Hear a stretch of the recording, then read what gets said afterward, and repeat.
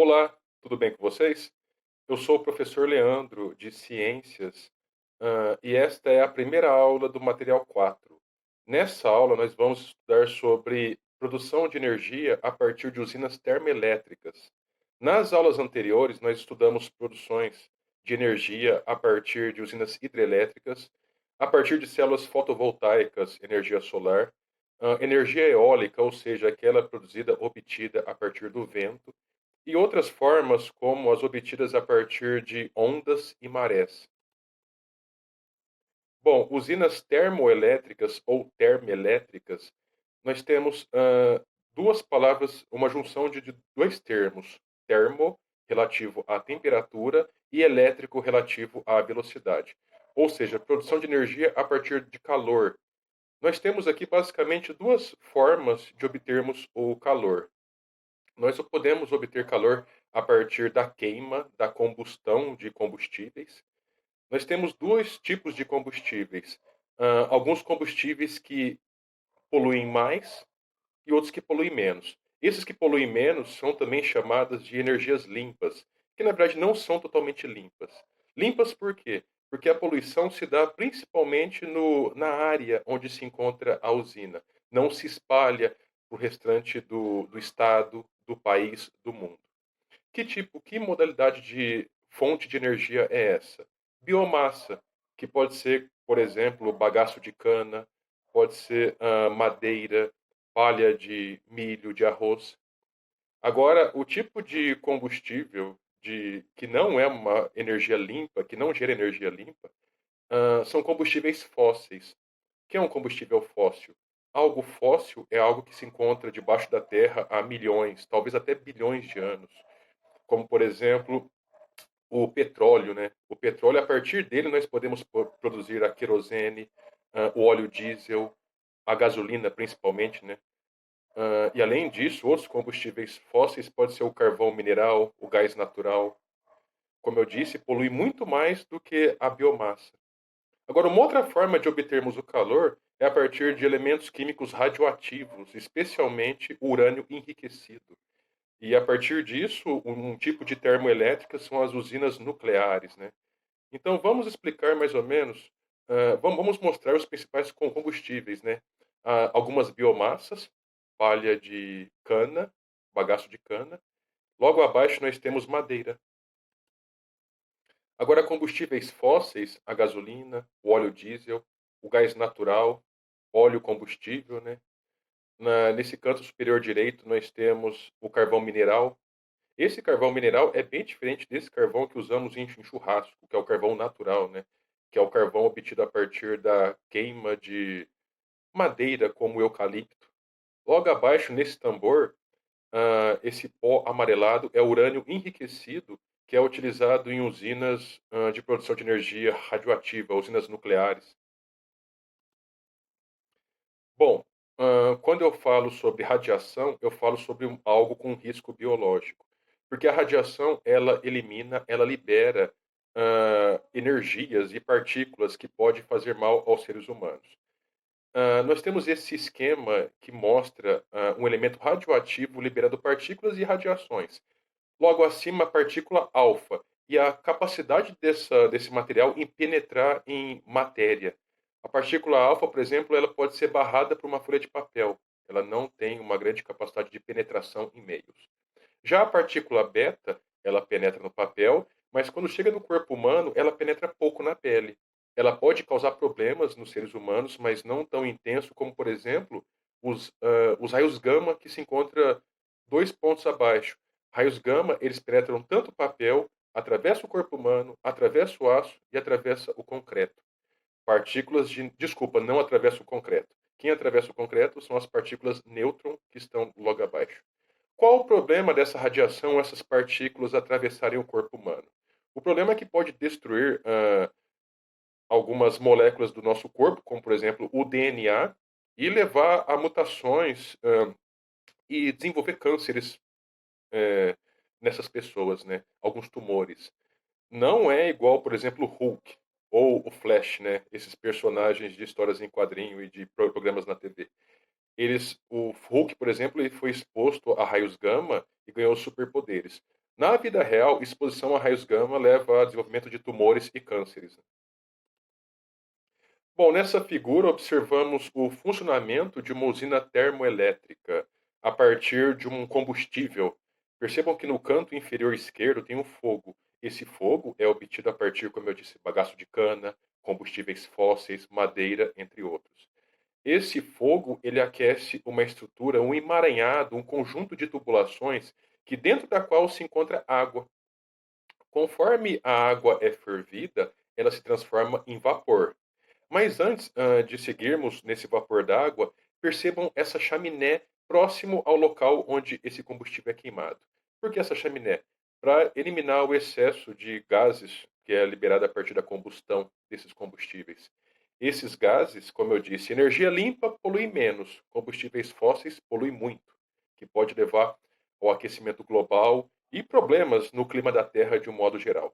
Mas voltamos a essas tubulações dentro da caldeira onde a água está sendo fervida e formando vapor. Esse vapor ele penetra nessa região próximo das turbinas e do gerador. Bom, esse vapor d'água vai fazer girar as turbinas. Bom, o que é uma turbina? É uma coisa que tem hélices.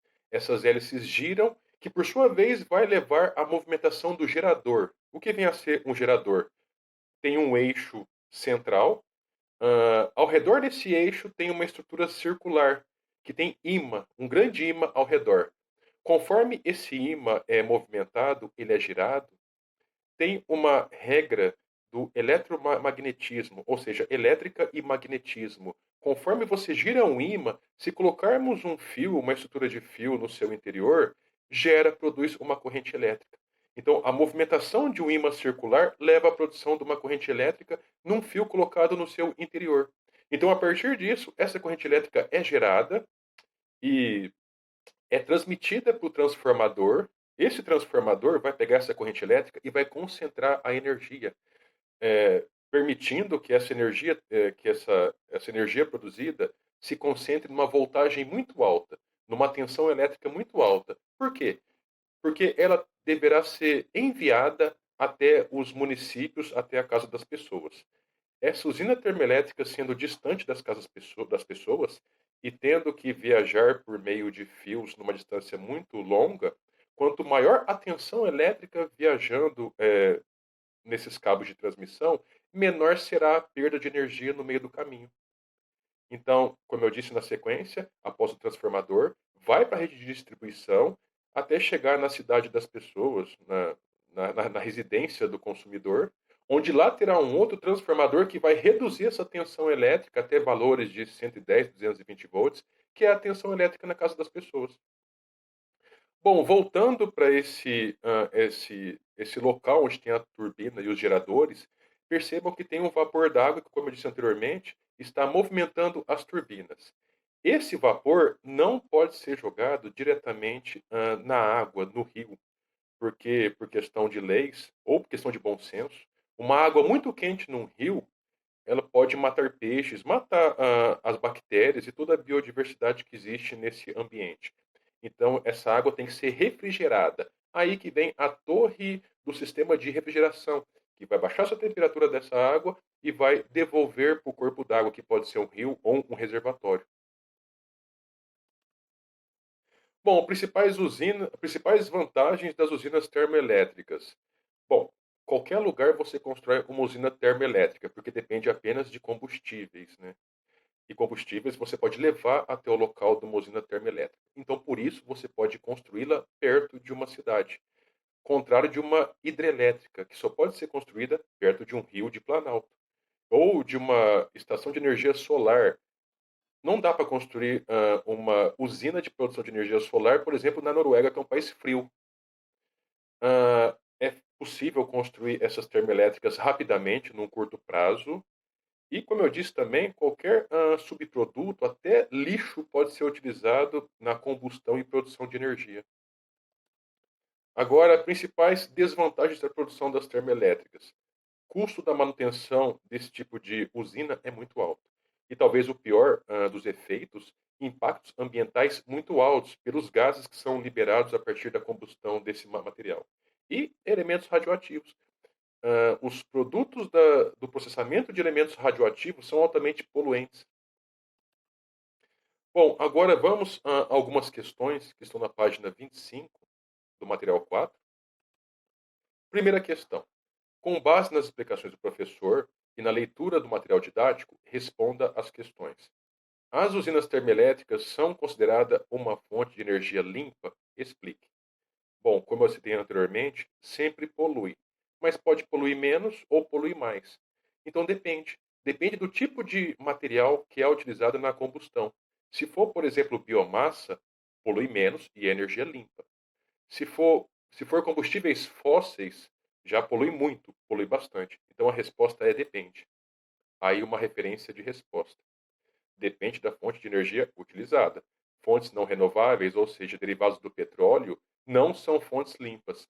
Biomassas são fontes renováveis, portanto, limpas. Limpa, mas polui aquele local. Questão 2. Quais as fontes de energia utilizadas para a produção de energia nas usinas termoelétricas? Bom, resposta: combustíveis fósseis, que pode ser óleo combustível, carvão mineral, óleo diesel, nafta, gás natural, gasolina e outros derivados do petróleo. Hã, Outro exemplo também de fontes não renováveis ainda, elementos radioativos. Ou fontes renováveis, como a biomassa. Podem ser utilizados, como eu disse, elementos radioativos como o urânio enriquecido. Questão número 3. Escreva as transformações de energia que ocorrem durante o processo de produção de energia elétrica. Bom, energia térmica, ou seja, o calor do elemento radioativo ou da combustão, que por sua vez começa a movimentar as turbinas. Ela gira. Tudo que tem movimentação é energia cinética. Então, de energia térmica para energia cinética. As turbinas giram os geradores, que por sua vez produz corrente elétrica por um mecanismo de eletromagnetismo, ou seja, de energia térmica para cinética, por fim, para elétrica. Bom, aqui um esquema de um gerador. Percebam que na parte de baixo, as turbinas com as suas hélices, ela girando, que leva a movimentação na parte superior, na parte de cima, de um rotor, que é o do gerador, e o ímã que eu disse se encontra na parte de fora, o ímã circular. E nessa parte central, esse eixo tem uma fiação que vai levar à produção de energia elétrica a partir da movimentação dos ímãs. Questão número 4. Escreva uma vantagem e uma desvantagem da utilização de uma usina termoelétrica. Bom, como desvantagem, altamente poluidoras, poluem muito. Como vantagem, são opções para países carentes de outras fontes energéticas para gerar eletricidade. Como eu citei, o Japão é um país mais frio e não tem rios de planalto. Então, energia solar não seria muito adequada, bem como energia hidrelétrica. Termoelétrica seria uma opção. Bom, pessoal, seguindo na matéria, grandezas e unidades de medidas elétricas básicas. Antes de falarmos sobre grandezas elétricas, o que é uma grandeza? É algo que pode ser medido.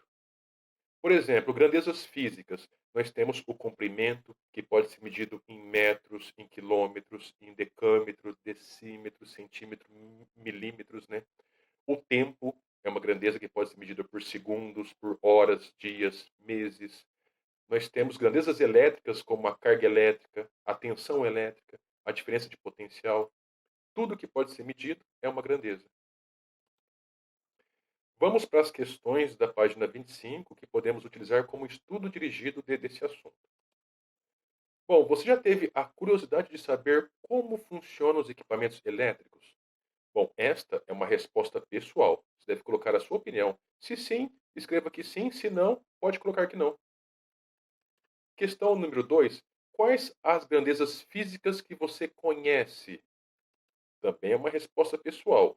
Mas como sugestão, nós podemos citar o comprimento, o tempo, a velocidade, a aceleração, a frequência, a corrente elétrica, a intensidade da corrente elétrica, a potência elétrica, a tensão elétrica ou diferença de potencial.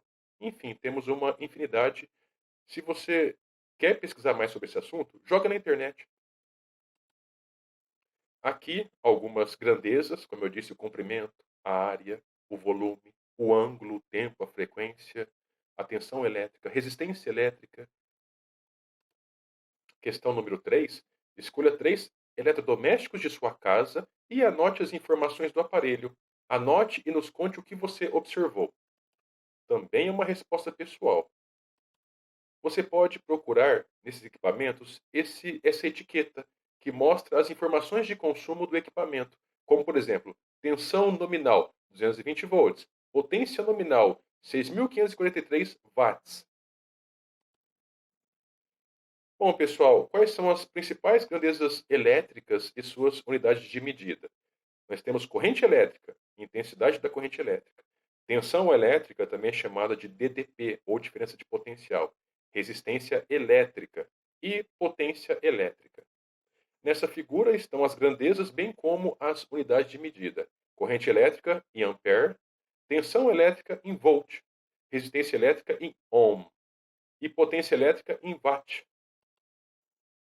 Aqui nessa figura nós temos uma etiqueta onde mostra informações de consumo. Como eu disse, vocês podem utilizar para responder uma questão que verificamos anteriormente. A tensão nominal, ou melhor, desculpa, a potência nominal, 6.543 watts. Potência econômica, é uma potência que pode usar um aparelho de forma mais econômica, 2.345 watts. Perceba que essas informações é de um chuveiro, conforme a gente pode observar aqui no canto superior direito. Bom, pessoal, vamos para as questões da página 26. Com base nas explicações do professor e seus estudos baseados nos textos, responda as questões. Primeira questão: quais são as 4 principais grandezas elétricas e suas respectivas unidades de medida? Como já citamos, corrente elétrica, tensão elétrica, potência elétrica e resistência elétrica. Por que é importante saber a tensão elétrica de um aparelho? Bom, é risco de queimá-lo. Essa informação garante tanto a durabilidade dos objetos como a segurança dos moradores.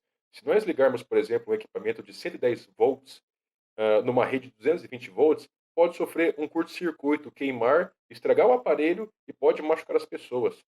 Essa situação, como eu disse, pode provocar incêndios e danificar outros aparelhos. Quanto maior a resistência elétrica, mais eficiente é o aparelho. Você concorda ou discorda dessa afirmação? O que é resistência elétrica? É a capacidade de um corpo, de um material, oferecer uma resistência à corrente elétrica. A gente observa que nesse fenômeno tem um efeito Joule, ou Joule. Esse efeito leva ao aumento da temperatura do corpo. Que equipamento a gente verifica esse tipo de situação? O chuveiro, que a resistência dele aumenta a temperatura da água. Ferro de passar roupa, que ele aquece para poder passar as roupas. A chapinha de cabelo. Então, a eficiência, na maioria dos casos, a eficiência se refere a uma baixa resistência. Porém, em alguns equipamentos como esses que eu citei, a eficiência depende do aumento de temperatura dentro de certos limites, né? Questão número 4. O que representa a potência de um aparelho elétrico? No caso de equipamentos elétricos, a potência indica a quantidade de energia elétrica que foi transformada em outro tipo de energia em certo tempo, um tempo específico. Por exemplo, uma lâmpada incandescente, que tem em um segundo transforma 100 joules de energia em energia térmica e energia luminosa também, porque a incandescente ela tanto esquenta quanto ilumina. Ela terá uma potência de 100 watts. Bom, pessoal, esse é o conteúdo dessa aula. Espero que tenham gostado e bons estudos a todos.